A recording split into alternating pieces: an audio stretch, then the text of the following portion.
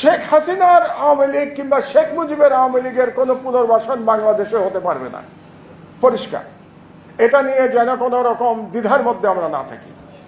যে আওয়ামী লীগ এখন পর্যন্ত 3বার মৃত্যুবরণ করেছে, আওয়ামী লীগ 3বার দাফন দেওয়া হয়েছে আওয়ামী লীগকে, এই বিষয়টা আমরা ভুলে যাই। আমরা অনেকেই বলি আওয়ামী লীগ বাংলাদেশের সব থেকে পুরনো দল, আমি এটাকে নস্যাৎ করেছি, আমি বলি আমি বিশ্বাস করি।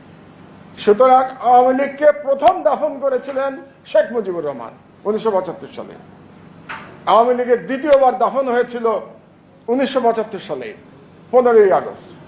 বাকশাল পতনের মধ্য দিয়ে আওয়ামী লীগের দ্বিতীয় দাফন হয়েছিল। আওয়ামী লীগের তৃতীয় দাফন হয়েছে 5ই আগস্ট 2024 সালে মহান জুলাই বিপ্লবের মধ্য দিয়ে। সুতরাং আওয়ামী লীগ এখন আর জীবিত নাই, কাজেই আওয়ামী লীগের পুনর্বাসন শব্দটাই ঠিক না। এইখানে আওয়ামী লীগ এসে রাজনীতি করবে না করবে না, একটা ভালো আওয়ামী লীগ হবে, একটা খারাপ আওয়ামী লীগ হবে, একটা তৃণমূল আওয়ামী লীগ হবে, শেখ পরিবারের বাদ দিয়ে আওয়ামী লীগ হবে, সেগুলি কিন্তু আপনার দায়িত্ব না। আমি আবার বলি, জেনারেল ওয়াকারুজ্জামান, এগুলো আপনার দায়িত্ব না। আপনি এই যেই দায়িত্ব আপনার না, এই দায়িত্ব আপনি নিয়েন না। আর প্রফেসর মোহাম্মদ ইউনূস, আপনারে বলি যে আপনি একটু ঠিক করেন।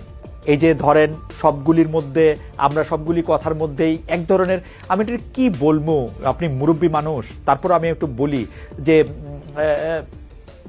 একটু একটু একটু একটু যেন একটু যেন একটু যেন চালাকি হয়, এই চালাকিটা করেন না।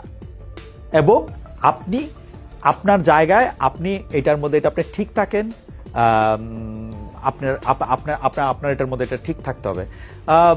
ফিরা গিয়ে আবার একটু বিএনপির কথা বলি। বিএনপির স্থায়ী কমিটির সদস্য জনাব মির্জা আব্বাস, আপনি যে বলছেন ওদের হাতের, ওদের কলমের কোনো সংস্কার আমরা সহজে মেনে নেব না, সংস্কার যদি করেন আমরা কারেকশন করব। কারণ কি? সংস্কার মানবেন না কেন? আপনারা যদি সংস্কার না মানবেন, আপনার একটা কথা মনে করাই দিই, আপনাগো আন্দোলনের মধ্যে কিন্তু শেখ হাসিনা রেজিমের পতন হয় নাই। আপনাদের স্টেক কতটা আছে সেটা ভাইবা কথা বলেন।